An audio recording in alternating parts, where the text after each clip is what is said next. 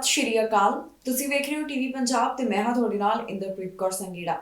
ਖਬਰਾਂ ਦੇ ਇਸ ਬੁਲੇਟਿਨ ਵਿੱਚ ਤੁਹਾਡਾ ਸਵਾਗਤ ਹੈ। ਸਭ ਤੋਂ ਪਹਿਲਾਂ ਨਜ਼ਰ ਮਾਰਦੇ ਹਾਂ ਹੈਡਲਾਈਨਸ ਤੇ। ਕੈਨੇਡਾ ਤੇ ਅੰਮ੍ਰਿਤਸਰ ਵਿਚਕਾਰ ਸਿੱਧੀਆਂ ਉਡਾਨਾਂ, ਜਲਦ ਇਸ ਬਾਰੇ ਹੋ ਸਕਦਾ ਹੈ ਫੈਸਲਾ। ਰੂਸ ਦਾ ਸਾਥ ਦੇਣ ਵਾਲਿਆਂ ਨੂੰ ਕੈਨੇਡਾ ਦੀ ਚੇਤਾਵਨੀ, ਕੈਨੇਡਾ ਵਾਸੀਆਂ ਨੂੰ ਰੂਸ ਦਾ ਸਾਥ ਦੇਣਾ ਪਵੇਗਾ ਭਾਰੀ। ਇਮੀਗ੍ਰੇਸ਼ਨ ਮੰਤਰੀ ਦਾ ਵੱਡਾ ਐਲਾਨ, ਯੂਕਰੇਨ ਵਾਸਤੇ ਖੋਲੇ ਕਈ ਰਾਹ। TRVs ਲਈ ਵੱਡਾ ਐਲਾਨ, ਵਰਕ ਪਰਮਿਟ ਲੈਣਾ ਹੋਇਆ ਸੌਖਾ। ਸਾਡੀ RCMP ਨੂੰ ਮਿਲੀ ਸਫਲਤਾ, ਹਥਿਆਰ ਨਾਲ 2 ਜਾਣੇ ਗ੍ਰਿਫਤਾਰ। ਕੈਨੇਡਾ ਤੇ ਅੰਮ੍ਰਿਤਸਰ ਵਿਚਕਾਰ ਜਲਦ ਸਿੱਧੀਆਂ ਉਡਾਨਾਂ ਦੀ ਸ਼ੁਰੂਆਤ ਹੋ ਸਕਦੀ ਹੈ। ਇਸ ਬਾਰੇ ਪਾਰਲੀਮੈਂਟ ਵਿੱਚ ਇੱਕ ਵਾਰ ਫਿਰ ਤੋਂ ਆਵਾਜ਼ ਚੁੱਕੀ ਗਈ। ਇੱਕ ਪਟੀਸ਼ਨ ਟੇਬਲ ਕੀਤੀ ਗਈ ਹੈ ਜਿੱਥੇ ਮੰਗ ਕੀਤੀ ਜਾ ਰਹੀ ਹੈ ਕਿ ਜਲਦ ਅੰਮ੍ਰਿਤਸਰ ਦੇ ਨਾਲ ਕੈਨੇਡਾ ਤੋਂ ਸਿੱਧੀਆਂ ਉਡਾਨਾਂ ਚਲਾਈਆਂ ਜਾਣ। ਦੱਸ ਦਈਏ ਕਿ ਇਹ ਮੰਗ ਕਾਫੀ ਲੰਬੇ ਸਮੇਂ ਤੋਂ ਕੀਤੀ ਜਾ ਰਹੀ ਹੈ। ਜੇਕਰ ਸਭ ਕੁਝ ਠੀਕ ਰਿਹਾ ਤਾਂ ਫਿਰ ਜਲਦ ਕੈਨੇਡਾ ਤੇ ਅੰਮ੍ਰਿਤਸਰ ਦਰਮਿਆਨ ਸਿੱਧੀਆਂ ਉਡਾਨਾਂ ਸ਼ੁਰੂ ਹੋ ਜਾਣਗੀਆਂ। ਕੈਨੇਡਾ ਅਤੇ ਅੰਮ੍ਰਿਤਸਰ ਵਿਚਕਾਰ ਸਿੱਧੀਆਂ ਉਡਾਨਾਂ ਸੰਬੰਧੀ ਚੰਗੀ ਖਬਰ ਸਾਹਮਣੇ ਆਈ ਹੈ। ਇਸ ਸੰਬੰਧੀ ਬ੍ਰੈਡਵਿਸ ਵੱਲੋਂ ਪਾਰਲੀਮੈਂਟ ਵਿੱਚ ਇੱਕ ਪਟੀਸ਼ਨ ਟੇਬਲ ਕੀਤੀ ਗਈ ਜਿਸ ਵਿੱਚ ਮੰਗ ਕੀਤੀ ਜਾ ਰਹੀ ਹੈ ਕਿ ਕੈਨੇਡਾ ਤੇ ਅੰਮ੍ਰਿਤਸਰ ਵਿਚਕਾਰ ਸਿੱਧੀਆਂ ਉਡਾਨਾਂ ਚਲਾਈਆਂ ਜਾਣ। ਜਾਣਕਾਰੀ ਵੀ ਦੱਸਦੀ ਹੈ ਕਿ ਕਾਫੀ ਲੰਬੇ ਸਮੇਂ ਤੋਂ ਇਸ ਗੱਲ ਦੀ ਮੰਗ ਕੀਤੀ ਜਾ ਰਹੀ ਹੈ ਜਿਸ ਬਾਰੇ ਹੁਣ ਤਾਜ਼ਾ ਜਾਣਕਾਰੀ ਸਾਹਮਣੇ ਆਈ ਹੈ। ਜੇਕਰ ਇੱਥੇ ਇਸ ਚੀਜ਼ ਨੂੰ ਮਨਜ਼ੂਰ ਕਰ ਲਿਆ ਜਾਂਦਾ ਹੈ ਤਾਂ ਫਿਰ ਹੋ ਸਕਦਾ ਹੈ ਕਿ ਜਲਦ ਕੈਨੇਡਾ ਤੇ ਅੰਮ੍ਰਿਤਸਰ ਦਰਮਿਆਨ ਸਿੱਧੀਆਂ ਉਡਾਨਾਂ ਦੀ ਸ਼ੁਰੂਆਤ ਹੋ ਜਾਵੇ। ਹੁਣ ਪਾਰਲੀਮੈਂਟ ਵਿੱਚ ਇਸ ਬਾਰੇ ਕੀ ਕਿਹਾ ਗਿਆ, ਆਓ ਤੁਹਾਨੂੰ ਸੁਣਾਉਂਦੇ ਹਾਂ। Mr. Speaker, Canada and Mission Maskwi Fraser Canyon are home to a vibrant community of more than 1 million Punjabi Canadians. Each year, many travel to the Punjab region to visit family, friends, and religious landmarks like the Golden Temple. But right now, they must fly into Delhi and make the long journey by train, bus, or other means.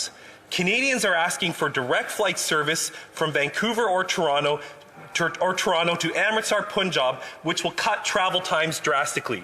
This is good for our economy and it makes good economic sense.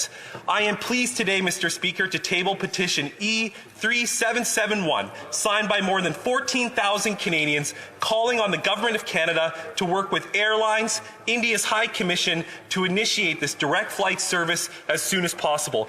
Mr. Speaker, we can get this done, and petitioners from across Canada look forward in good faith to the government's response. Thank you, Mr. Speaker. ਇਸ ਸਮੇਂ Ukraine ਤੇ Russia ਵਿਚਕਾਰ ਜੰਗ ਜਾਰੀ ਹੈ ਤੇ ਜਿਹੜੇ Canadians Russia ਦਾ ਇਸ ਵਿੱਚ ਸਾਥ ਦੇਣਗੇ ਉਹਨਾਂ ਨੂੰ ਫ੍ਰੀਲੈਂਡ ਵੱਲੋਂ ਚੇਤਾਵਨੀ ਦਿੱਤੀ ਗਈ ਹੈ। ਜੀ ਹਾਂ, ਫ੍ਰੀਲੈਂਡ ਦਾ ਕਹਿਣਾ ਹੈ ਕਿ ਜਿਹੜੇ ਕੈਨੇਡੀਅਨਸ ਰਸ਼ੀਆ ਦਾ ਜੰਗ ਵਿੱਚ ਸਾਥ ਦੇਣਗੇ ਉਹਨਾਂ ਨੂੰ ਕਾਫੀ ਚੀਜ਼ਾਂ ਦਾ ਸਾਹਮਣਾ ਕਰਨਾ ਪੈ ਸਕਦਾ ਹੈ। ਜਿਹੜੇ ਕੈਨੇਡੀਅਨਸ ਇਸ ਸਮੇਂ ਰਸ਼ੀਆ ਨਾਲ ਨੇ ਉਹਨਾਂ ਨੂੰ ਫ੍ਰੀਲੈਂਡ ਵੱਲੋਂ ਚੇਤਾਵਨੀ ਦਿੱਤੀ ਗਈ ਹੈ। ਜੀ ਹਾਂ, ਡਿਪਟੀ ਪ੍ਰਾਈਮ ਮਿਨਿਸਟਰ ਫ੍ਰੀਲੈਂਡ ਵੱਲੋਂ ਉਹਨਾਂ ਕੈਨੇਡੀਅਨਸ ਨੂੰ ਚੇਤਾਵਨੀ ਦਿੱਤੀ ਗਈ ਜਿਹੜੇ ਯੂਕਰੇਨ ਖਿਲਾਫ ਰਸ਼ੀਆ ਵਿੱਚ ਲੜ ਰਹੇ ਨੇ। ਇਸ ਬਾਰੇ ਫ੍ਰੀਲੈਂਡ ਦਾ ਕਹਿਣਾ ਹੈ ਕਿ ਜਿਹੜੇ ਅਜਿਹਾ ਕਰ ਰਹੇ ਹਨ ਉਹਨਾਂ ਨੂੰ ਕਾਫੀ ਚੀਜ਼ਾਂ ਦਾ ਸਾਹਮਣਾ ਕਰਨਾ ਪੈ ਸਕਦਾ ਹੈ। ਦਰਅਸਲ ਆਟਵਾ ਵਿੱਚ ਇੱਕ ਨਿਊਜ਼ ਕਾਨਫਰੰਸ ਦੌਰਾਨ ਬੋਲਦਿਆਂ ਫ੍ਰੀਲੈਂਡ ਵੱਲੋਂ ਇਹ ਚੇਤਾਵਨੀ ਦਿੱਤੀ ਗਈ। ਇਸ ਦੌਰਾਨ ਉਹਨਾਂ ਵੱਲੋਂ ਰਸ਼ੀਆ ਖਿਲਾਫ ਕਈ ਪਾਬੰਦੀਆਂ ਦਾ ਵੀ ਐਲਾਨ ਕੀਤਾ ਗਿਆ। ਡਿਪਟੀ ਪ੍ਰਾਈਮ ਮਿਨਿਸਟਰ ਨੇ ਕਿਹਾ ਕਿ ਕੈਨੇਡਾ ਇਹ ਮੰਨਦਾ ਹੈ ਕਿ ਰਸ਼ੀਆ ਦਾ ਜੋ ਯੂਕਰੇਨ ਉੱਪਰ ਹਮਲਾ ਹੈ ਉਹ ਗੈਰ ਕਾਨੂੰਨੀ ਹੈ। ਇਸ ਕਾਰਨ ਕਈ ਚੀਜ਼ਾਂ ਪ੍ਰਭਾਵਿਤ ਹੋ ਰਹੀਆਂ ਨੇ। We are working closely with our partners and allies to encourage them to take the same step. Simply put, this means that Russia and Belarus will no longer receive the benefits, particularly low tariffs, that Canada offers to other countries that are fellow members of the WTO. Instead, Russia and Belarus will be subject to a tariff of 35% on their exports to Canada.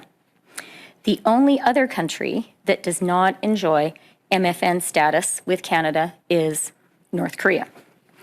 Last night, we also announced that Canada will sanction 10 executives from Rosneft, Russia's leading oil company, and from Gazprom, a major Russian state-owned energy company. This will bring the total number of people and entities sanctioned, or in the process of being sanctioned, by Canada since Russia's illegal occupation of Crimea in 2014 to more than 1,000. The G7 has already imposed the strongest sanctions ever inflicted on a major economy on Russia, and more will follow in the days to come. The ruble has been down by as much as 30% this week. On Monday, Russia's central bank raised its benchmark interest rate to 20%. The Russian stock market is closed today for the 4th consecutive day. Moody's and Fitch have now downgraded Russian government debt to junk status. The economic costs of the Kremlin's barbaric war are already high, and they will continue to rise. Ukraine ਵਾਸਤੇ Canada ਵੱਲੋਂ ਰਾਹ ਖੋਲੇ ਜਾ ਰਹੇ ਨੇ। ਇਸ ਬਾਰੇ immigration ਮੰਤਰੀ ਵੱਲੋਂ ਐਲਾਨ ਕੀਤਾ ਗਿਆ, ਜਿਸ ਵਿੱਚ ਉਹਨਾਂ ਦੱਸਿਆ ਕਿ ਯੂਕਰੇਨੀਆਂ ਦਾ ਸਵਾਗਤ ਕੈਨੇਡਾ ਵੱਲੋਂ ਕੀਤਾ ਜਾਵੇਗਾ।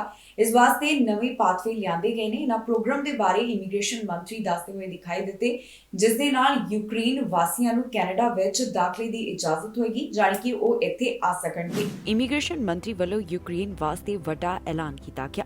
ਇਸ ਐਲਾਨ ਮੁਤਾਬਕ ਹੁਣ ਕੈਨੇਡਾ ਵੱਲੋਂ ਅਣਗਿਣਤ ਯੂਕਰੇਨੀ ਲੋਕਾਂ ਨੂੰ ਸਵੀਕਾਰ ਕਰਨ ਦੀ ਤਿਆਰੀ ਕੀਤੀ ਜਾ ਰਹੀ ਹੈ। ਇਸ ਬਾਰੇ ਇਮੀਗ੍ਰੇਸ਼ਨ ਮੰਤਰੀ ਵੱਲੋਂ ਜਾਣਕਾਰੀ ਸਾਂਝੀ ਕਰਦਿਆਂ ਦੱਸਿਆ ਗਿਆ ਕਿ ਜੰਗ ਪ੍ਰਭਾਵਿਤ ਯੂਕਰੇਨੀ ਲੋਕਾਂ ਨੂੰ ਕੈਨੇਡਾ ਲੈ ਕੇ ਆਉਣ ਲਈ ਫੈਡਰਲ ਸਰਕਾਰ ਵੱਲੋਂ 2 ਨਵੇਂ ਪਾਥਵੇ ਸ਼ੁਰੂ ਕੀਤੇ ਗਏ ਨੇ।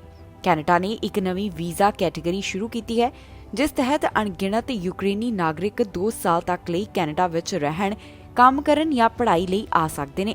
ਇਸ ਪ੍ਰੋਗਰਾਮ ਅਧੀਨ ਬਿਨੇਕਾਰਾਂ ਕੋਲ ਓਪਨ ਵਰਕ ਜਾਂ ਸਟੱਡੀ ਪਰਮਿਟ ਹੋਵੇਗਾ ਅਤੇ ਨੌਕਰੀ ਕਰਨ ਵਾਲੇ ਜਿੰਨੇ ਮਰਜ਼ੀ ਯੂਕਰੇਨੀ ਮੁਲਾਜ਼ਮ ਕੰਮ ਤੇ ਰੱਖਣ ਦੀ ਇਜਾਜ਼ਤ ਹੋਵੇਗੀ। ਇਮੀਗ੍ਰੇਸ਼ਨ ਮੰਤਰੀ ਨੇ ਕਿਹਾ ਕਿ ਉਹਨਾਂ ਦਾ ਵਿਭਾਗ ਬਹੁਤ ਵੱਡੀ ਗਿਣਤੀ ਵਿੱਚ ਯੂਕਰੇਨੀਆਂ ਦੀ ਆਮਦ ਵਾਸਤੇ ਤਿਆਰ ਹੈ। ਦੱਸ ਦਈਏ, ਇਸ ਤੋਂ ਪਹਿਲਾਂ ਐਨਡੀਪੀ ਪਾਰਟੀ ਵੱਲੋਂ ਵੀ ਲਗਾਤਾਰ ਮੰਗ ਕੀਤੀ ਜਾ ਰਹੀ ਸੀ ਕਿ ਕੈਨੇਡਾ ਵੱਲੋਂ ਯੂਕਰੇਨੀ ਲੋਕਾਂ ਵਾਸਤੇ ਵੀਜ਼ਾ ਦੀ ਸ਼ਰਤ ਖਤਮ ਕੀਤੀ ਜਾਵੇ। ਹੁਣ ਇਮੀਗ੍ਰੇਸ਼ਨ ਮੰਤਰੀ ਵੱਲੋਂ ਜੋ ਐਲਾਨ ਕੀਤਾ ਗਿਆ, ਇਸ ਦੌਰਾਨ there will be no limit on the number of applications accepted under this stream. The primary motivation for this new program is that it provides the fastest way for us to start welcoming as many Ukrainians as possible and will allow them to stay for a period of up to 2 years. We're waiving most of the requirements that exist under a traditional visa. In order to qualify, individuals will need to complete a simple application form and provide biometrics for security and background screening. To help ensure this process can be executed in a timely way, we started moving biometric kits and other materials to the region in mid-January. This means that we have both the equipment and personnel in place to take biometrics in Warsaw, Vienna, and Bucharest, in addition to 30 other locations throughout Europe. We're ready to extend hours of operation and add more staff as needed, where needed. Everyone who arrives under this new stream will also be eligible for an open work permit or study permit that will allow them to take a job with any Canadian employer or enroll in an education program. We'll also be waiving application fees to remove the additional financial burden for families. Any Canadian employer willing to hire Ukrainians may do so, and I encourage the Canadian business community to step up and do their part to help support those coming to Canada in their time of need. And I want to say thank you to the employers who've already reached out, saying that you want to do your part. I've heard from the Ukrainian Canadian community that many fleeing the violence will want to return to their homeland and to their families when the war comes to an end. Temporary residence visa holders ਵਾਸਤੇ immigration ਵਿਭਾਗ ਵੱਲੋਂ ਇੱਕ ਵੱਡਾ ਐਲਾਨ ਕੀਤਾ ਗਿਆ। ਇਹਨਾਂ ਨੂੰ ਰਾਹਤ ਦਿੱਤੀ ਗਈ ਹੈ। ਹੁਣ ਜਿਹੜੇ ਟੈਂਪਰੇਰੀ ਰੈਜ਼ੀਡੈਂਟ ਵੀਜ਼ਾ ਹੋਲਡਰ ਨੇ, ਉਹ ਵੀ ਕੈਨੇਡਾ ਵਿੱਚ ਰਹਿ ਕੇ ਵਰਕ ਪਰਮਿਟ ਦੇ ਵਾਸਤੇ ਅਪਲਾਈ ਕਰ ਸਕਣਗੇ। ਦੱਸ ਦਈਏ ਕਿ ਇਹ ਜਿਹੜਾ ਐਲਾਨ ਸੀ, ਉਹ ਪਹਿਲਾਂ ਹੀ ਕਰੋਨਾ ਵਾਇਰਸ ਦੌਰਾਨ ਕਰ ਦਿੱਤਾ ਗਿਆ ਸੀ ਤੇ ਹੁਣ ਇਸ ਨੂੰ ਅੱਗੇ ਫਰਵਰੀ 2023 ਤੱਕ ਵਧਾ ਦਿੱਤਾ ਗਿਆ ਹੈ। ਕੈਨੇਡਾ ਦੇ ਵਿੱਚ ਰਹਿ ਰਹੇ TRV ਵਾਸਤੇ IRCC ਵੱਲੋਂ ਇੱਕ ਵੱਡਾ ਐਲਾਨ ਕੀਤਾ ਗਿਆ। ਹੁਣ TRVs ਵਾਸਤੇ ਜੋ ਇੰਟਰਮ ਆਥੋਰਾਈਜ਼ੇਸ਼ਨ ਟੂ ਵਰਕ ਪਾਲਿਸੀ ਹੈ, ਉਸ ਨੂੰ ਅੱਗੇ ਵਧਾ ਦਿੱਤਾ ਗਿਆ ਹੈ। ਇਸ ਵਿੱਚ ਫਰਵਰੀ 2023 ਤੱਕ ਵਾਧਾ ਕਰ ਦਿੱਤਾ ਗਿਆ। ਤਾਜ਼ਾ ਐਲਾਨ ਮੁਤਾਬਕ ਕੈਨੇਡਾ ਵੱਲੋਂ ਕੋਰੋਨਾ ਵਾਇਰਸ ਦੌਰਾਨ ਜੋ eligible temporary resident visa holders ਵਾਸਤੇ ਇੱਕ ਕੁਝ ਸਮੇਂ ਲਈ ਕੋਵਿਡ-19 ਮੈਸ਼ਰ ਲਿਆਂਦਾ ਗਿਆ ਸੀ, ਉਸ ਨੂੰ ਹੁਣ ਅੱਗੇ ਵਧਾਇਆ ਗਿਆ ਹੈ। ਇਸ ਨਾਲ ਇਹ ਹੋਵੇਗਾ ਕਿ ਜਿਹੜੇ eligible temporary resident visa holder ਹਨ ਤੇ ਉਹ ਕੈਨੇਡਾ ਵਿੱਚ ਨੇ, ਉਹ ਵਰਕ ਪਰਮਿਟ ਵਾਸਤੇ ਅਪਲਾਈ ਕਰਨਾ ਚਾਹੁੰਦੇ ਨੇ ਤਾਂ ਉਹ ਦੇਸ਼ ਨੂੰ ਛੱਡੇ ਬਿਨਾਂ ਅਜਿਹਾ ਕਰ ਸਕਦੇ ਨੇ। ਸਰਕਾਰ ਵੱਲੋਂ ਕੋਰੋਨਾ ਵਾਇਰਸ ਦੇ ਹਾਲਾਤਾਂ ਨੂੰ ਧਿਆਨ ਵਿੱਚ ਰੱਖਦਿਆਂ ਅਗਸਤ 2020 ਨੂੰ ਇਸ ਬਾਰੇ ਐਲਾਨ ਕੀਤਾ ਗਿਆ ਸੀ, ਪਰ ਹੁਣ ਇਸ ਨੂੰ 28 ਫਰਵਰੀ 2023 ਤੱਕ ਵਧਾ ਦਿੱਤਾ ਗਿਆ ਹੈ। ਇਸ ਪਬਲਿਕ ਪਾਲਿਸੀ ਨਾਲ ਇਹ ਹੋਵੇਗਾ ਕਿ TRV holder employer specific work permit ਵਾਸਤੇ ਕੈਨੇਡਾ ਵਿੱਚ ਰਹਿ ਕੇ ਹੀ ਅਪਲਾਈ ਕਰ ਸਕਣਗੇ। ਇਸ ਵਾਸਤੇ ਜਿਹੜੀ ਰਿਕੁਆਇਰਮੈਂਟ ਹੈ ਉਹ ਕੁਝ ਇਸ ਤਰ੍ਹਾਂ ਹੈ। ਵਿਅਕਤੀ ਦਾ ਕੈਨੇਡਾ ਵਿੱਚ ਹੋਣਾ ਜ਼ਰੂਰੀ ਹੈ ਕਿ ਐਪਲੀਕੇਸ਼ਨ ਟੂ ਚੇਂਜ ਕੰਡੀਸ਼ਨ ਦੀ ਵਰਤੋਂ ਕਰਦਿਆਂ employer specific work permit submit ਕਰਵਾਇਆ ਜਾਵੇ। ਜਿਸ ਸਮੇਂ ਅਰਜ਼ੀ ਜਮ੍ਹਾਂ ਕਰਵਾਈ ਜਾਵੇ ਉਸ ਸਮੇਂ ਵਿਅਕਤੀ ਕੈਨੇਡਾ ਵਿੱਚ ਹੀ ਹੋਵੇ। ਤੇ ਇਹ ਅਰਜ਼ੀ 28 ਫਰਵਰੀ 2023 ਤੋਂ ਪਹਿਲਾਂ ਸਬਮਿਟ ਕਰਾਉਣੀ ਜ਼ਰੂਰੀ ਹੋਵੇਗੀ। ਸਰੀ ਆਰਸੀਐਮਪੀ ਨੂੰ ਵੱਡੀ ਸਫਲਤਾ ਹੱਥ ਲੱਗੀ, ਜਿੱਥੇ ਟ੍ਰੈਫਿਕ ਸਟਾਪ ਤੇ ਉਹਨਾਂ ਵੱਲੋਂ ਇੱਕ ਲੋਡਡ ਗਨ ਬਰਾਮਦ ਕੀਤੀ ਗਈ। ਇਸ ਤੋਂ ਇਲਾਵਾ 2 ਜਾਣੇ ਗ੍ਰਿਫਤਾਰ ਕੀਤੇ ਗਏ। ਇਹਨਾਂ ਦੋਹਾਂ ਦੀ ਪਹਿਚਾਣ ਵੀ ਪੁਲਿਸ ਵੱਲੋਂ ਜਨਤਕ ਕੀਤੀ ਗਈ ਹੈ। ਸਰੀ ਆਰਸੀਐਮਪੀ ਨੂੰ ਵੱਡੀ ਸਫਲਤਾ ਹੱਥ ਲੱਗੀ ਹੈ, ਜਿੱਥੇ ਸਰੀ ਟ੍ਰੈਫਿਕ ਸਟਾਪ ਤੇ 2 ਜਾਣਿਆਂ ਨੂੰ ਗ੍ਰਿਫਤਾਰ ਕੀਤਾ ਗਿਆ। ਇਹਨਾਂ ਕੋਲੋਂ ਹੈਂਡਗਨ ਬਰਾਮਦ ਕੀਤੀ ਗਈ।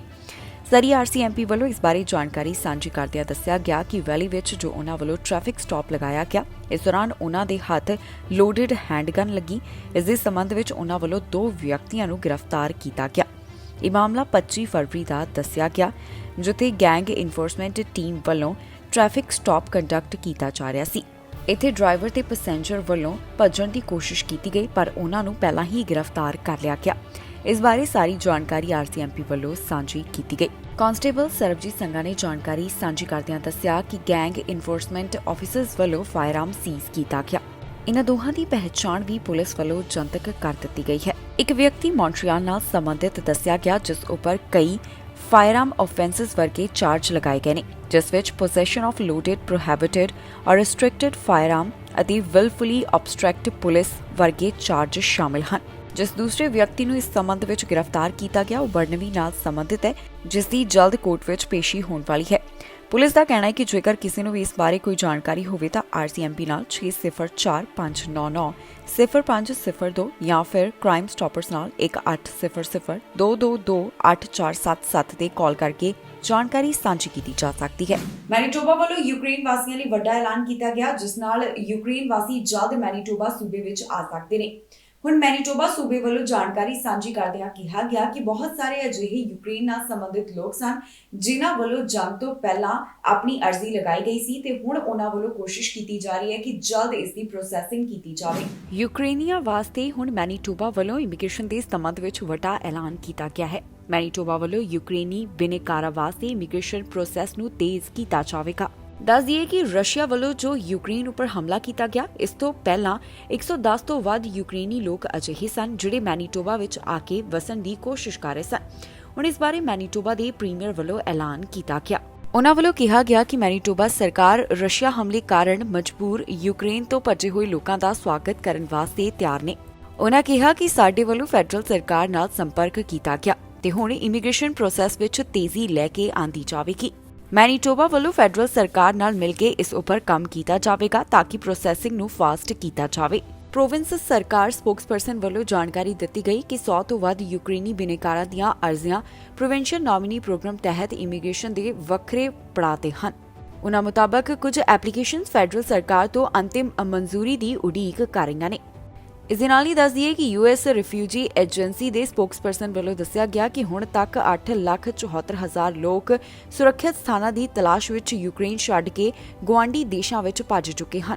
ਹੁਣ ਮੈਨੀਟੋਬਾ ਸੂਬਾ ਵੀ ਰਿਫਿਊਜੀਆਂ ਦਾ ਸਵਾਗਤ ਕਰਨ ਦੇ ਲਈ ਤਿਆਰ ਹੈ, ਜਿਹੜੇ ਇੱਥੇ ਆਉਣਾ ਚਾਹੁੰਦੇ ਨੇ। 1.34 ਮਿਲੀਅਨ ਦੀ ਆਬਾਦੀ ਵਾਲੇ ਮੈਨੀਟੋਬਾ ਵਿੱਚ 1,80,000 ਲੋਕ ਯੂਕਰੇਨੀ ਮੂਲ ਦੇ ਹਨ। ਕਿਸੇ ਵੀ ਕੈਨੇਡੀਅਨ ਸੂਬੇ ਵਿੱਚ ਯੂਕਰੇਨੀ ਮੂਲ ਦੇ ਲੋਕਾਂ ਦੀ ਇਹ ਸਭ ਤੋਂ ਵੱਡੀ ਆਬਾਦੀ ਹੈ। ਹਾਲ ਹੀ ਵਿੱਚ ਇਮੀਗ੍ਰੇਸ਼ਨ ਮੰਤਰੀ ਵੱਲੋਂ ਵੀ ਯੂਕਰੇਨੀਆਂ ਵਾਸਤੇ ਵੱਡਾ ਐਲਾਨ ਕੀਤਾ ਗਿਆ ਹੈ।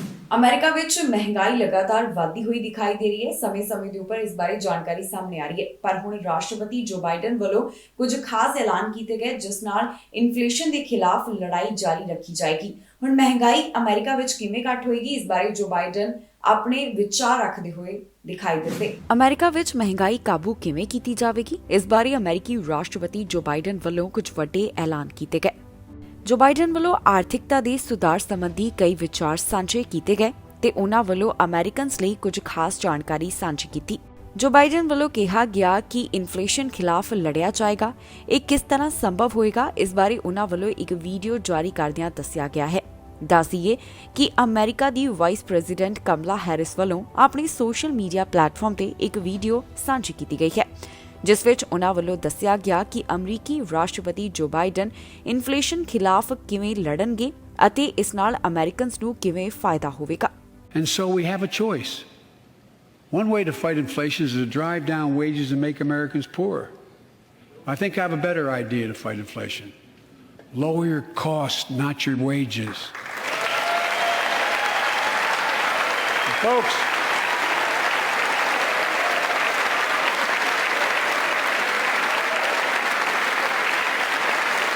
That means make more cars and semiconductors in America, more infrastructure and innovation in America, more goods moving faster and cheaper in America, more jobs where you can earn a good living in America.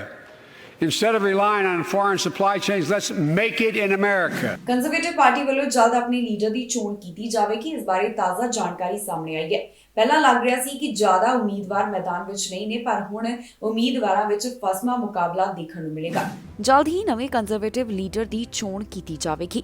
ਇਸ ਬਾਰੇ 10 ਸਤੰਬਰ ਨੂੰ ਇੱਕ ਨਵਾਂ ਐਲਾਨ ਹੋ ਸਕਦਾ ਹੈ। ਜੀ ਹਾਂ, ਕੰਜ਼ਰਵੇਟਿਵ ਪਾਰਟੀ ਆਫ ਕੈਨੇਡਾ 10 ਸਤੰਬਰ ਨੂੰ ਆਪਣੇ ਨਵੇਂ ਲੀਡਰ ਦਾ ਐਲਾਨ ਕਰੇਗੀ।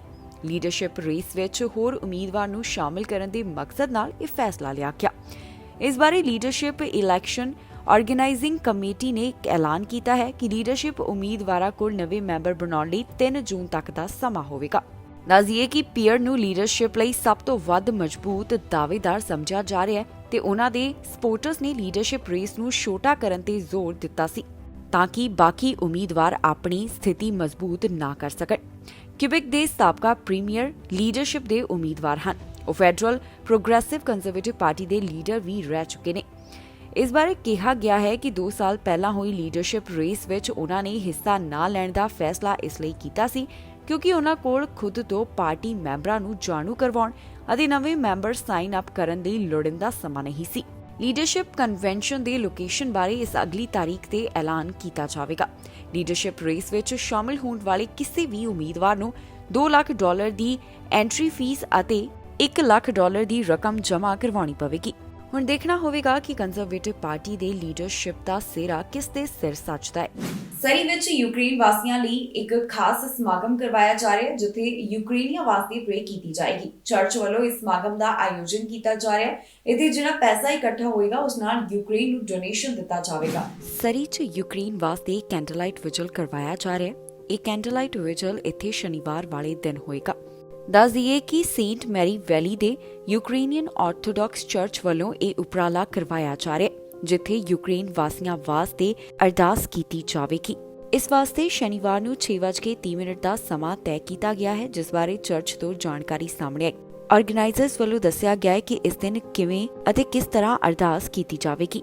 ਇਸ ਤੋਂ ਇਲਾਵਾ ਆਰਗੇਨਾਈਜ਼ਰਸ ਵੱਲੋਂ ਇਹ ਲੋਕਾਂ ਨੂੰ ਅਪੀਲ ਕੀਤੀ ਗਈ ਹੈ ਕਿ ਉਹ ਇੱਥੇ 15 ਤੋਂ 30 ਮਿੰਟ ਪਹਿਲਾਂ ਆਉਣ। ਇਹ ਉਹਨਾਂ ਵਾਸਤੇ ਹੈ ਜਿਹੜੇ ਇੱਥੇ $5 ਦੀ ਕੈਂਡਲ ਖਰੀਦਣਾ ਚਾਹੁੰਦੇ ਨੇ ਤਾਂ ਕਿ ਯੂਕਰੇਨੀਅਨ ਹਿਊਮੈਨਿਟੇਰੀਅਨ ਕ੍ਰਾਈਸਿਸ ਅਪੀਲ ਨੂੰ ਡੋਨੇਟ ਕੀਤਾ ਜਾਵੇ। ਜੀ ਹਾਂ, ਜਿਸ ਕੀਮਤ ਦੇ ਉੱਪਰ ਇਹ ਕੈਂਡਲ ਖਰੀਦੀ ਜਾਏਗੀ ਇਸ ਦਾ ਡੋਨੇਸ਼ਨ ਯੂਕਰੇਨ ਵਾਸੀਆਂ ਨੂੰ ਜਾਵੇਗਾ। ਜ਼ਿਕਰਯੋਗ ਹੈ ਕਿ ਰਸ਼ੀਆ ਵੱਲੋਂ ਯੂਕਰੇਨ ਦੇ ਉੱਪਰ ਹਮਲਾ ਕੀਤਾ ਗਿਆ। ਇੱਥੇ ਕਈ ਸ਼ਹਿਰਾਂ ਵਿੱਚ ਲਗਾਤਾਰ ਰਸ਼ੀਆ ਵੱਲੋਂ ਹਮਲੇ ਤੇਜ਼ ਕੀਤੇ ਜਾ ਰਹੇ ਹਨ। ਯੂਕਰੇਨ ਦੇ ਲੋਕ ਇਕਜੁੱਟ ਹੋ ਕੇ ਹੁਣ ਆਪਣੇ ਦੇਸ਼ ਦੇ ਵਾਸਤੇ ਲੜਾਈ ਕਰਦੇ ਹੋਏ ਦਿਖਾਈ ਦੇ ਰਹੇ ਹਨ। ਇੱਥੋਂ ਜੋ ਸਮੇਂ-ਸਮੇਂ ਦੇ ਉੱਪਰ ਅਪਡੇਟ ਸਾਹਮਣੇ ਆ ਰਹੀ ਹੈ ਤੁਹਾਡੇ ਨਾਲ ਅਸੀਂ ਲਗਾਤਾਰ ਸਾਂਝੀ ਕਰਦੇ ਰਹਿੰਦੇ ਹਾਂ। ਮੈਨੀਟੋਬਾ ਵੱਲੋਂ ਜੋ ਕੋਰੋਨਾ ਵਾਇਰਸ ਕਾਰਨ ਪਾਬੰਦੀਆਂ ਲਗਾਈਆਂ ਗਈਆਂ ਇਹਨਾਂ ਵਿੱਚ ਜਲਦ ਰਾਹਤ ਦਿੱਤੀ ਜਾਏਗੀ। ਜ਼ਿਆਦਾਤਰ ਜਿਹੜੀਆਂ ਵੱਡੀਆਂ ਪਾਬੰਦੀਆਂ ਨੇ ਉਹਨਾਂ ਦੇ ਵਿੱਚ ਹੁਣ ਢਿੱਲ ਮਿਲ ਸਕਦੀ ਹੈ। ਮੈਨੀਟੋਬਾ ਸੂਬੇ ਤੋਂ ਇਸ ਬਾਰੇ ਜਾਣਕਾਰੀ ਸਾਹਮਣੇ ਆਈ। ਮੈਨੀਟੋਬਾ ਸੂਬੇ ਵੱਲੋਂ ਹੁਣ ਕੋਰੋਨਾ ਪਾਬੰਦੀਆਂ ਵਿੱਚ ਹੋਰ ਢਿੱਲ ਦਿੱਤੀ ਜਾਵੇਗੀ। ਮੈਨੀਟੋਬਾ ਵਿੱਚ ਸੈਲਫ ਆਈਸੋਲੇਸ਼ਨ ਰਿਕੁਆਇਰਮੈਂਟ ਨੂੰ ਖਤਮ ਕੀਤਾ ਜਾ ਸਕਦਾ ਹੈ। ਇਹ ਉਹਨਾਂ ਵਾਸਤੇ ਹੋਵੇਗੀ ਜਿਹੜੇ ਕੋਰੋਨਾ ਪੋਜ਼ਿਟਿਵ ਪਾਏ ਜਾਂਦੇ ਹਨ। ਜੀ ਹਾਂ, ਮੈਨੀਟੋਬਾ ਸੂਬੇ ਵੱਲੋਂ ਇਸ ਸੰਬੰਧੀ ਹੁਣ ਯੋਜਨਾ ਤਿਆਰ ਕੀਤੀ ਜਾ ਰਹੀ ਹੈ। ਪ੍ਰੋਵਿੰਸ ਦੇ deputy chief public health officer ਦਾ ਕਹਿਣਾ ਹੈ ਕਿ ਇੱਥੇ ਜਲਦ ਹੀ ਕੋਰੋਨਾ ਪਾਬੰਦੀਆਂ ਵਿੱਚ ਢਿੱਲ ਦਿੱਤੀ ਜਾਵੇਗੀ। 15 ਮਾਰਚ ਤੋਂ ਸੂਬੇ ਵਿੱਚ ਜੋ ਲਾਜ਼ਮੀ ਮਾਸਕ ਹੈ ਉਸ ਨੂੰ ਹਟਾਇਆ ਜਾ ਰਿਹਾ ਹੈ। ਜ਼ਿਕਰਯੋਗ ਹੈ ਕਿ ਕੈਨੇਡਾ ਦੇ ਵੱਖ-ਵੱਖ ਸੂਬਿਆਂ ਵੱਲੋਂ ਮਾਰਚ 2020 ਤੋਂ ਹੀ ਕੋਰੋਨਾ ਵਾਇਰਸ ਕਾਰਨ ਪਾਬੰਦੀਆਂ ਲਗਾਈਆਂ ਗਈਆਂ, ਪਰ ਜਿਵੇਂ-ਜਿਵੇਂ ਹਾਲਾਤ ਸੁਧਰਦੇ ਦਿਖਾਈ ਦਿੱਤੇ ਤਾਂ ਫਿਰ ਸੂਬਿਆਂ ਵੱਲੋਂ ਢਿੱਲ ਵੀ ਦੇਣ ਦੀ ਸ਼ੁਰੂਆਤ ਕਰ ਦਿੱਤੀ ਗਈ। ਉਸ ਤੋਂ ਬਾਅਦ ਕੋਰੋਨਾ ਵਾਇਰਸ ਦੇ ਕਈ ਨਵੇਂ ਵੇਰੀਐਂਟ ਸਾਹਮਣੇ ਆਏ ਜਿਸ ਨੂੰ ਧਿਆਨ ਵਿੱਚ ਰੱਖਦਿਆਂ ਮੁੜ ਤੋਂ ਵੀ ਸਖਤੀਆਂ ਕੀਤੀਆਂ ਗਈਆਂ। ਇੱਕ ਵਾਰ ਫਿਰ ਤੋਂ ਜਦੋਂ ਓਮਿਕਰੌਨ ਵੇਰੀਐਂਟ ਦਾ ਫੈਲਾਅ ਹੋਇਆ ਤਾਂ ਕੈਨੇਡਾ ਦੇ ਸੂਬਿਆਂ ਵੱਲੋਂ ਕਾਫੀ ਜ਼ਿਆਦਾ ਸਖਤੀ ਕਰ ਦਿੱਤੀ ਗਈ। ਪਰ ਜਿਵੇਂ ਹੁਣ ਵੈਕਸੀਨੇਸ਼ਨ ਰੇਟ ਕਾਫੀ ਜ਼ਿਆਦਾ ਹਾਈ ਹੈ, ਜ਼ਿਆਦਾਤਰ ਲੋਕਾਂ ਵੱਲੋਂ ਕੋਵਿਡ-19 ਵੈਕਸੀਨ ਲਗਵਾ ਲਈ ਗਈ ਹੈ ਤੇ ਇਸ ਤੋਂ ਇਲਾਵਾ ਓਮਿਕਰੌਨ ਵੇਰੀਐਂਟ ਦੀ ਪੀਕ ਵੀ ਲੰਘ ਚੁੱਕੀ ਹੈ ਤਾਂ ਸੂਬਿਆਂ ਵੱਲੋਂ ਮੁੜ ਤੋਂ ਰਾਹਤ ਦੇਣ ਦੀ ਸ਼ੁਰੂਆਤ ਕਰ ਦਿੱਤੀ ਗਈ ਹੈ। ਕੈਨੇਡਾ ਤੋਂ ਇਲਾਵਾ ਹੁਣ ਕਈ ਅਜਿਹੇ ਦੇਸ਼ ਨੇ ਜਿਨ੍ਹਾਂ ਵੱਲੋਂ ਕਾਫੀ ਹੱਦ ਤੱਕ ਪਾਬੰਦੀਆਂ ਹਟਾ ਦਿੱਤੀਆਂ ਗਈਆਂ। ਕਈ ਦੇਸ਼ਾਂ ਨੇ ਤਾਂ ਕਹਿ ਦਿੱਤਾ ਹੈ ਕਿ ਹੁਣ ਇਸ ਵਾਇਰਸ ਨਾਲ ਰਹਿਣਾ ਸਿੱਖ ਲਓ ਤੇ ਉਹਨਾਂ ਵੱਲੋਂ ਲਗਭਗ ਸਾਰੀਆਂ ਪਾਬੰਦੀਆਂ ਖਤਮ ਕਰ ਦਿੱਤੀਆਂ ਗਈਆਂ। ਸਾਊਥ ਸਰੀ ਵਿੱਚ ਇੱਕ ਸੜਕ ਹਾਦਸਾ ਵਾਪਰਿਆ ਜਿੱਥੇ ਦੋ ਵਾਹਨ ਆਪਸ ਵਿੱਚ ਟਕਰਾ ਗਏ। ਇਸ ਦੌਰਾਨ ਦੋ ਜਾਣੇ ਗੰਭੀਰ ਰੂਪ ਵਿੱਚ ਜ਼ਖਮੀ ਹੋਏ ਜਿਨ੍ਹਾਂ ਦਾ ਹਸਪਤਾਲ ਵਿੱਚ ਇਲਾਜ ਚੱਲ ਰਿਹਾ ਹੈ। ਫਿਲਹਾਲ ਪੁਲਿਸ ਵੱਲੋਂ ਇਸ ਮਾਮਲੇ ਦੀ ਜਾਂਚ ਕੀਤੀ ਜਾ ਰਹੀ ਹੈ। ਸਾਊਥ ਸਰੀ ਵਿੱਚ ਇੱਕ ਗੰਭੀਰ ਹਾਦਸਾ ਵਾਪਰਿਆ ਜਿਸ ਕਾਰਨ ਰਸਤੇ ਨੂੰ ਬੰਦ ਕੀਤਾ ਗਿਆ। ਇਸ ਘਟਨਾ ਬਾਰੇ RCMP ਵੱਲੋਂ ਜਾਣਕਾਰੀ ਸਾਂਝੀ ਕਰਦਿਆਂ ਦੱਸਿਆ ਗਿਆ ਕਿ ਇਹ ਮਾਮਲਾ ਸਾਊਥ ਸਰੀ ਦੇ 184 ਸਟਰੀਟ ਤੋਂ ਸਾਹਮਣੇ ਆਇਆ ਜਿੱਥੇ ਭਿਆਨਕ ਹਾਦਸਾ ਹੋਣ ਕਾਰਨ ਇਸ ਰਸਤੇ ਨੂੰ ਕੁਝ ਸਮੇਂ ਲਈ ਬੰਦ ਕੀਤਾ ਗਿਆ। ਜਾਣਕਾਰੀ ਮੁਤਾਬਕ 9:45 ਦੇ ਕਰੀਬ ਪੁਲਿਸ ਨੂੰ ਜਾਣਕਾਰੀ ਮਿਲੀ ਕਿ 184 ਸਟਰੀਟ ਦੇ 3900 ਬਲਾਕ ਵਿੱਚ ਦੋ ਵਾਹਨ ਆਪਸ 'ਚ ਟਕਰਾ ਗਏ ਨੇ। ਸਾਂਝੀ ਕੀਤੀ ਗਈ ਜਾਣਕਾਰੀ ਮੁਤਾਬਕ ਇਸ ਦੌਰਾਨ ਜਿਹੜੇ ਦੋ ਜਾਣੇ ਗੰਭੀਰ ਜ਼ਖਮੀ ਹੋਏ ਉਹਨਾਂ ਨੂੰ ਹਸਪਤਾਲ ਵਿੱਚ ਭਰਤੀ ਕਰਵਾਇਆ ਗਿਆ। ਫਿਲਹਾਲ ਇਸ ਮਾਮਲੇ ਦੀ ਪੜਤਾਲ ਅਜੇ अर्ਲੀ ਸਟੇਜਿਸ ਉੱਪਰ ਹੈ। ਅਜੇ ਇਸ ਬਾਰੇ ਕੋਈ ਸਪਸ਼ਟ ਜਾਣਕਾਰੀ ਨਿਕਲ ਕੇ ਸਾਹਮਣੇ ਨਹੀਂ ਆਈ ਕਿ ਇਹ ਹਾਦਸਾ ਕਿਵੇਂ ਵਾਪਰਿਆ। ਪੁਲਿਸ ਵੱਲੋਂ ਅਜੇ ਇਸ ਦੇ ਕਾਰਨ ਪਤਾ ਲਗਾਉਣ ਦੀ ਕੋਸ਼ਿਸ਼ ਕੀਤੀ ਜਾ ਰਹੀ ਹੈ। ਸਰੀ RCMP ਦਾ ਕਹਿਣਾ ਹੈ ਕਿ ਜੇਕਰ ਕਿਸੇ ਨੂੰ ਵੀ ਇਸ ਬਾਰੇ ਜਾਣਕਾਰੀ ਹੋਵੇ ਤਾਂ 6045990502 ਦੇ ਉੱਪਰ ਕਾਲ ਕਰਕੇ ਜਾਣਕਾਰੀ ਸਾਂਝੀ ਕੀਤੀ ਜਾ ਸਕਦੀ ਹੈ। ਫਿਲਹਾਲ ਦੋਹਾਂ ਪੀੜਤਾਂ ਦੇ ਨਾਮ ਵੀ ਅਜੇ ਤੱਕ ਪੁਲਿਸ ਵੱਲੋਂ ਜਨਤਕ ਨਹੀਂ ਕੀਤੇ ਗਏ। ਇਸ ਖਬਰ ਵਿੱਚ ਜਾਣਕਾਰੀ ਤੁਹਾਡੇ ਨਾਲ ਸਾਂਝੀ ਕਰਾਂਗੇ ਕਿ ਕੈਨੇਡਾ ਦੇ ਕਿਹੜੇ ਹਿੱਸੇ ਤੋਂ ਕਿੰਨੇ ਕੋਰੋਨਾ ਵਾਇਰਸ ਦੇ ਮਾਮਲੇ ਸਾਹਮਣੇ ਆਏ। ਕੈਨੇਡਾ ਦੇ ਵੱਖ-ਵੱਖ ਸੂਬਿਆਂ ਵਿੱਚ ਇਸ ਸਮੇਂ ਕੋਰੋਨਾ ਵਾਇਰਸ ਦੇ ਕੀ ਹਾਲਾਤ ਬਣੇ ਹੋਏ ਨੇ ਤੁਹਾਨੂੰ ਇਸ ਖਬਰ ਦੇ ਰਾਹੀਂ ਕਰਵਾਵਾਂਗੇ ਜਾਣੂ। ਓਨਟਾਰੀਓ ਦੇ ਹਸਪਤਾਲ ਵਿੱਚ 834 ਦੇ ਕਰੀਬ ਮਰੀਜ਼ਾਂ ਦੀ ਗਿਣਤੀ ਹੈ ਜਿਨ੍ਹਾਂ ਦਾ ਕੋਰੋਨਾ ਵਾਇਰਸ ਕਾਰਨ ਇਲਾਜ ਚੱਲ ਰਿਹਾ ਹੈ ਤੇ ਇੰਟੈਂਸਿਵ ਕੇਅਰ ਅਧੀਨ 267 ਦਾ ਅੰਕੜਾ ਦੱਸਿਆ ਗਿਆ। ਸੂਬੇ ਤੋਂ 24 ਘੰਟਿਆਂ ਦੌਰਾਨ 2262 ਕੋਰੋਨਾ ਵਾਇਰਸ ਦੇ ਮਾਮਲੇ ਸਾਹਮਣੇ ਆਏ ਨੇ। ਹੁਣ ਤੱਕ ਕੁੱਲ 11,07,408 ਮਾਮਲੇ ਦਰਜ ਕੀਤੇ ਜਾ ਚੁੱਕੇ ਨੇ। ਜਿਹੜੇ 24 ਘੰਟੇ ਦੌਰਾਨ ਮਾਮਲੇ ਰਿਕਾਰਡ ਕੀਤੇ ਗਏ ਇਹਨਾਂ ਵਿੱਚ 259 ਅਨਵੈਕਸੀਨੇਟਡ, 66 ਪਾਰਸ਼ਲੀ ਵੈਕਸੀਨੇਟਡ, 1762 ਫੁੱਲੀ ਵੈਕਸੀਨੇਟਡ ਸ਼ਾਮਲ ਨੇ। 24 ਘੰਟੇ ਦੌਰਾਨ ਕੋਰੋਨਾ ਵਾਇਰਸ ਕਾਰਨ 19 ਮੌਤਾਂ ਹੋਈਆਂ ਅਤੇ ਹੁਣ ਤੱਕ ਮੌਤਾਂ ਦਾ ਅੰਕੜਾ 12,497 ਦੇ ਉੱਪਰ ਪਹੁੰਚ ਗਿਆ। ਇੱਥੇ ਸੂਬੇ ਵਿੱਚ 10 ਲੱਖ ਤੋਂ ਵੱਧ ਰਿਕਵਰਡ ਕੇਸਿਸ ਦਾ ਅੰਕੜਾ ਹੈ। ਵੈਕਸੀਨੇਸ਼ਨ ਦੀ ਜਾਣਕਾਰੀ ਮੁਤਾਬਕ ਹੁਣ ਤੱਕ ਸੂਬੇ ਵਿੱਚ 12 ਸਾਲ ਅਤੇ ਇਸ ਤੋਂ ਵੱਧ ਉਮਰ ਵਾਲਿਆਂ 'ਚ 90.6% ਫੁੱਲੀ ਵੈਕਸੀਨੇਟਡ ਹਨ। 92.6% ਵੱਲੋਂ ਕੋਵਿਡ-19 ਵੈਕਸੀਨ ਦੀ ਪਹਿਲੀ ਡੋਜ਼ ਲਗਵਾਈ ਗਈ। 54.2% ਉਹ ਨੇ ਜਿਨ੍ਹਾਂ ਵੱਲੋਂ ਕੋਵਿਡ-19 ਵੈਕਸੀਨ ਦੀਆਂ ਤਿੰਨੋਂ ਡੋਜ਼ ਲਗਵਾਈਆਂ ਜਾ ਚੁੱਕੀਆਂ ਨੇ। 5 ਸਾਲ ਤੋਂ 11 ਸਾਲ ਵਾਲਿਆਂ 'ਚੋਂ 54.7% ਵੱਲੋਂ ਕੋਵਿਡ-19 ਵੈਕਸੀਨ ਦੀ ਪਹਿਲੀ ਡੋਜ਼, 28.5% ਵੱਲੋਂ ਕੋਵਿਡ-19 ਵੈਕਸੀਨ ਦੀਆਂ ਦੋਨੋਂ ਡੋਜ਼ ਲਗਵਾਈਆਂ ਗਈਆਂ। ਇੱਥੇ ਟੈਸਟ ਪੋਜ਼ਿਟਿਵਿਟੀ ਰੇਟ 10.2% ਦਰਜ ਕੀਤਾ ਗਿਆ। ਕਿਊਬਿਕ ਵਿੱਚ ਇਸ ਸਮੇਂ ਹਸਪਤਾਲ ਅੰਦਰ 1381 ਮਰੀਜ਼ਾਂ ਦੀ ਗਿਣਤੀ ਹੈ ਜਿਨ੍ਹਾਂ ਦਾ ਕੋਰੋਨਾ ਵਾਇਰਸ ਕਾਰਨ ਇਲਾਜ ਚੱਲ ਰਿਹਾ ਤੇ ਇੰਟੈਂਸਿਵ ਕੇਅਰ ਅਧੀਨ 82 ਦਾ ਅੰਕੜਾ ਹੈ। ਸੂਬੇ ਵਿੱਚ ਹੁਣ ਤੱਕ ਕੁੱਲ 1630 ਕੋਰੋਨਾ ਦੇ ਮਾਮਲੇ ਸਾਹਮਣੇ ਆ ਚੁੱਕੇ ਨੇ। 20 ਦੇ ਕਰੀਬ ਮੌਤਾਂ ਬੀਤੇ 24 ਘੰਟਿਆਂ ਦੌਰਾਨ ਇੱਥੇ ਹੋ ਗਈਆਂ।